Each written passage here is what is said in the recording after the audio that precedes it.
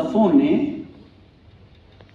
عجیب و غریب ماحول بنا رکھا تھا، یعنی مغرب کے غلبے کی ساری صورت ان فلسفوں کی اقبال میں متاثر ہوئے۔ اقبال نے مارکس کے بارے میں کہا تھا کہ کلیم بے تجلی مسیح بے کتاب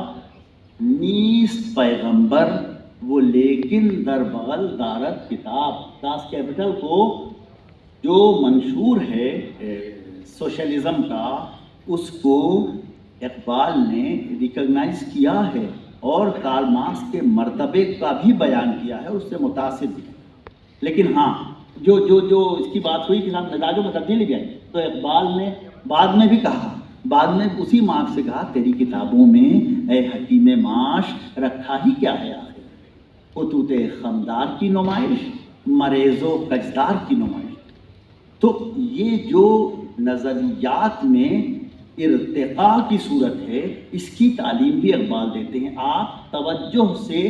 جب مطالعہ کریں گے، مطالعہ دونوں صورتوں میں، مطالعہ کتب بھی اور مطالعہ اشخاص بھی، مطالعہ کتب بھی، مطالعہ افکار بھی، مطالعہ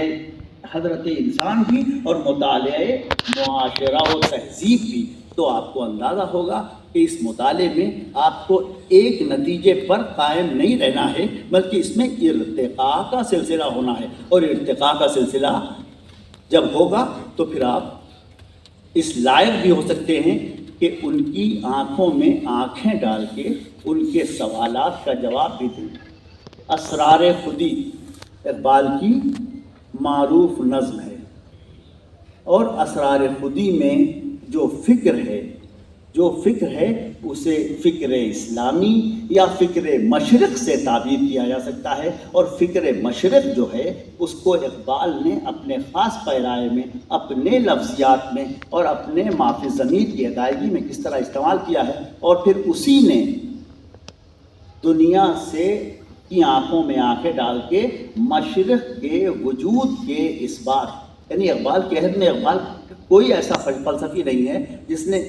اس فلسفے کو جو مشرق سے منسوب ہے دنیا کے سامنے اتنے اہتمام سے، اتنے سلیقے سے پیش کیا ہو، یہ کام اقبال۔ اسی لیے اسرار خودی اور پھر اس کے بعد جو سلسلہ ہے پورا ان کی فارسی شاعری کا، اسرار خودی اور رموز بے خودی۔ دیکھیں خودی کے ساتھ ساتھ بے خودی کی دولت بھی شاید مشرق کو زیادہ وافر مقدار میں ملی ہے بنسبت مغرب کے،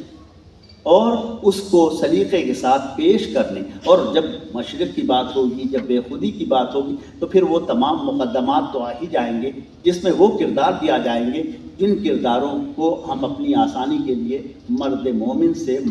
مطلب وہ کرتے ہیں، مرد مومن کے حوالے سے بیان کرتے ہیں۔ اب ایسے سارے کردار،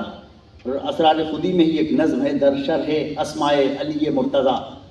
رموز بے خودی میں ایک نظم ہے در معنی این کے سید نساء العالمین فی الجنہ، حضرت فاطمہ زہرا رضی اللہ عنہ، اسی میں حضرت امام حسین کے بارے میں نظم ہے، اسی میں خالد بن ولید کے بارے میں نظم ہے، اسی میں، اور پھر جاوید نامہ میں جو وہ آسمانوں کی سیر کرتے ہیں، اس میں تمام حکماء اور تمام فلاسفہ کا ذکر کرتے ہیں،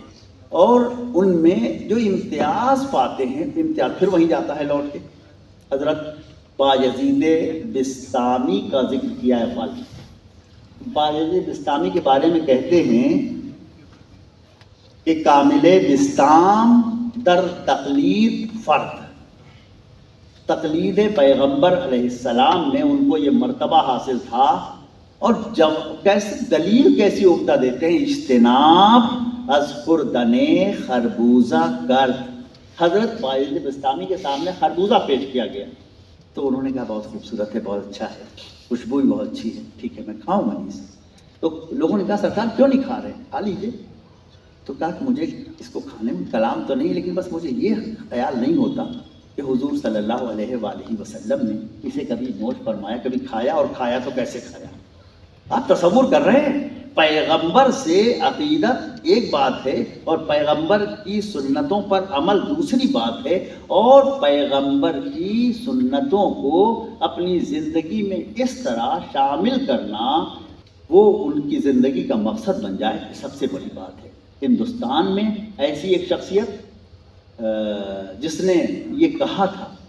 کم لوگ ہمت کرتے ہیں۔ حضرت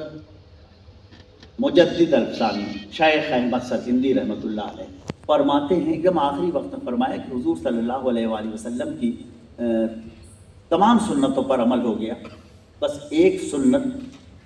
باقی رہ گئی۔ تو ایسا، اور حضرت مجدد کا نام میں نے اس لیے لیا کہ مجدد الفسانی کا مرتبہ یہ ہے کہ انہوں نے اکبر کے الحاد کے سارے معاملات کے خلاف علم بغاوت بلند کیا، مطلب اس پر اعتراض کرنا، ذل اللہ فی الارض جو بنا بیٹھا ہو، جو ذل الہی ہو، جو صاحب اتنا بڑا بادشاہ ہو، اس کو کون چیلنج کر سکتا ہے؟ لیکن کہا، اس نے جیل میں ڈال دیا، اور جہانگیر نے بعد میں ان کو رہا کیا اور ان کا مرتبہ جو تھا اس کے لحاظ سے ان کے ساتھ کیا۔ اقبال نے جہانگیر اور اکبر کے بارے میں بھی اسی اسرار خودی میں، دامن وقت میں گنجائش نہیں ہے ورنہ میں آپ کی خدمت میں وہ بھی عرض کرتا۔ شیخ مجدد کے بارے میں فرماتے ہیں کہ حاضر ہوا میں شیخ مجدد کی لحد پر، وہ خاک کے ہے زیر زمین مطلع انوار۔ تو شیخ مجدد الفسانی کے افکار، یا شیخ عبدالحق محدث دہلوی کے افکار، یا شاہ عبدالعزیز محدث دہلوی، یا شاہ ولی اللہ کے افکار، یہ وہ افکار ہیں جنہوں نے اسلامیان ہند کو اقبال عطا کرنے میں بہت، اسلامیان عالم کو بھی اقبال عطا کرنے میں بڑا رول پلے کیا، بہت بڑا کردار ادا کیا ہے۔ اقبال نے، وہ تو سب باتیں رہی گئی کہ اقبال کی شاعری کا جو حسن ہے اور اقبال کی شاعری میں جو شعریت ہے وہ الگ سے مطالعے کا تقاضا کرتی ہے، لیکن اقبال کے ساتھ یہی مسئلہ ہوتا ہے کہ اقبال کے بارے میں گفتگو شروع کیجیے تو بات کہاں سے کہاں پہنچ جائے، یا تو پھر آپ مبسوط مقالہ لکھ کے پڑھ رہے ہوں کہ ایک منٹ بھی کہیں ادھر ادھر نہ جائیں، ورنہ اقبال کے کمالات کے بیان میں کب وقت نکل جاتا ہے پتہ نہیں چلتا۔ مجھے ڈاکٹر عرفان اللہ فاروقی ماشاء اللہ بیٹھے ہوئے ہیں، نہایت لائق و فائق ہیں، اور یہ باقی ماندہ گفتگو آپ سے بہت تفصیل سے کریں گے۔ میں نے کہیں وعدہ اور کر رکھا ہے اور میرے بہت بڑے ہیں، انہوں نے کہہ دیا تو میں مطلب کوئی چارہ نہیں تھا علاوہ اس کے کہ ان سے بھی کہہ دوں کہ میں حاضر ہوں گا۔ یہ کہہ دیا کہ کینیڈی ہال میں اقبال کے بارے میں ایک پروگرام ہے، میں وہاں سے فری ہو کے آپ کی خدمت حاضر ہوں گا۔ تو میں آپ کی خدمت میں ایک بار پھر، اور ان طلباء اور ان احباب کی خدمت میں کہ جنہوں نے اس جلسے کو منعقد کیا ہے، مبارکباد پیش کرتا ہوں اور دعا کرتا ہوں کہ اللہ آپ کی عمروں میں برکت دے اور اقبال کے نور بصیرت کو 1 سال تک آپ کے سینوں میں اور زیادہ روشن اور تابناک فرمائے، اور اگلے سال ہم پھر اسی حال میں ملیں ایک نئے حوصلے اور جذبے کے ساتھ۔ بہت شکریہ۔